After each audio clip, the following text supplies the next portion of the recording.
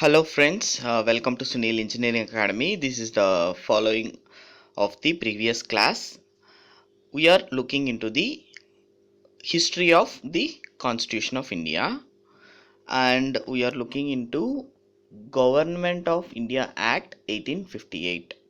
See, in 1857 there is a Sipahi mutiny, and after that British Crown has taken over the East India Company, friends, actually. Okay, so the the designation of Governor General of India is changed into Viceroy of India, and this Viceroy of India is directly appointed by the British Crown. Okay, the company's rule has been ended, and the power has been totally transferred into the hands of British Crown, and this Viceroy of India is directly responsible to the Parliament of the Britain. Okay, and dual government, which was introduced in the Pitt's India Act, was abolished through this Government of India Act 1858. This act proposed highly centralized administration, friends. Obviously we can expect that after the British when the British has taken up the administration, mostly it would be centralized. In new office of Secretary of State for India was created. A new post, that is Secretary of State, is also created, friends. Earlier there will be only Governor General of India. Now with Viceroy of India, along with Viceroy of India, there is a Secretary of State which was created. Okay, this Secretary of State was a member of British Cabinet and was responsible ultimately to the British Parliament. Okay, see friends, in a state where we can see Chief Minister and Governor. In the same way, in the central we can see Prime Minister and President. In the same way, Viceroy and Secretary of State. Now you can easily understand. See here, in Indian Councils Act 1861, this Governor General was empowered to issue ordinances in case of emergency.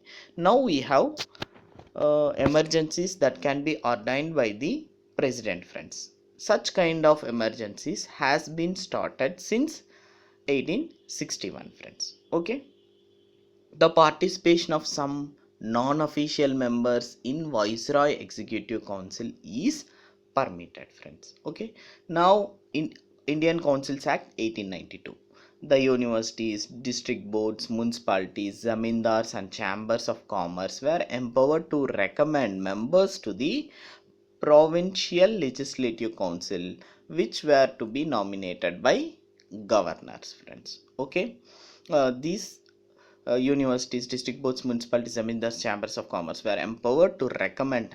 They have given some right or powers to recommend, given powers to recommend the members to the provincial legislative council, which were to be nominated by the governors.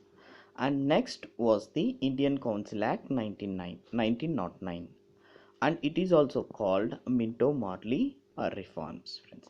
Lord Minto was the Viceroy of India, and Morley is the Secretary of State for India.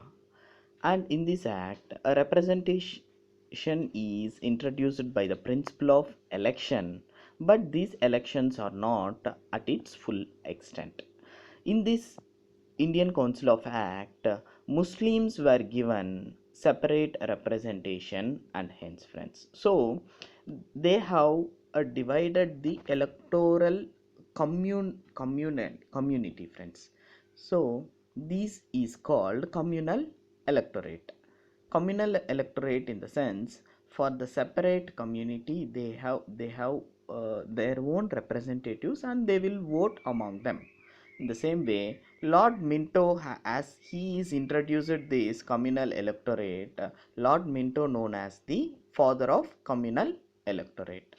Provisions was made for the association of Indians with the executive council of the viceroy and governors.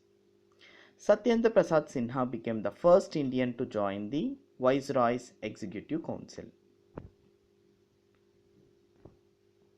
Now, after 1909, Minto Morley reforms, the famous reforms that has come up from the British is a Montagu-Chelmsford reforms.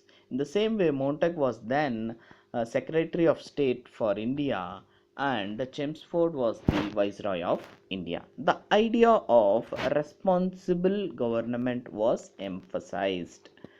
See, this is the first time they have taken that government system as a responsible and administrative subjects divided into central and provincial. Now we have central and states in the same way. At the time, they have central and provincial. Provincial further divided into transferred and reserved, friends. For the first time, Indian central legislative was made bicameral. Bicameral in the sense you have two houses, friends. Now we have Rajya Sabha and Lok Sabha. In the same way, it is a bicameral, friends. For the first time, direct elections in the country were introduced and Public Service Commission was established in 1926, which is a potential a bit, friends. Okay.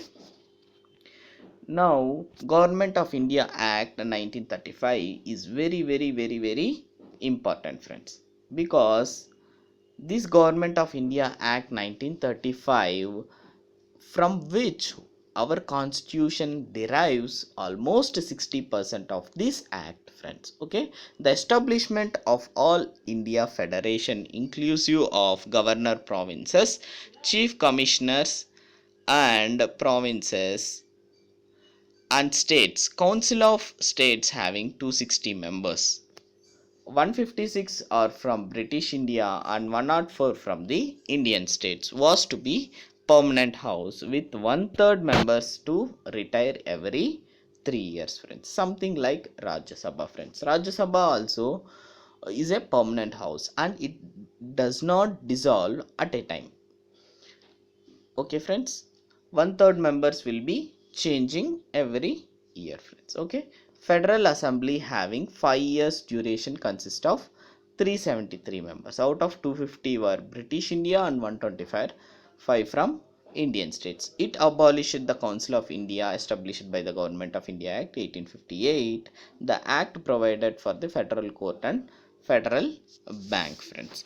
So finally, the the act before which we have got before independence is Indian Independence Act 1947. This act called for the two dominions, namely India and Pakistan.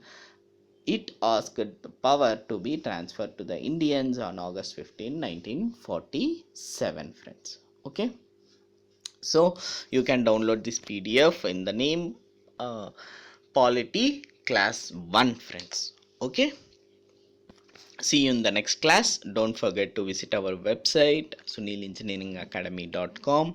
There you can find the all the handwritten notes including this first class is for free and you can download. The description is given in the given below, friends. The link is given in the description, friends. Okay.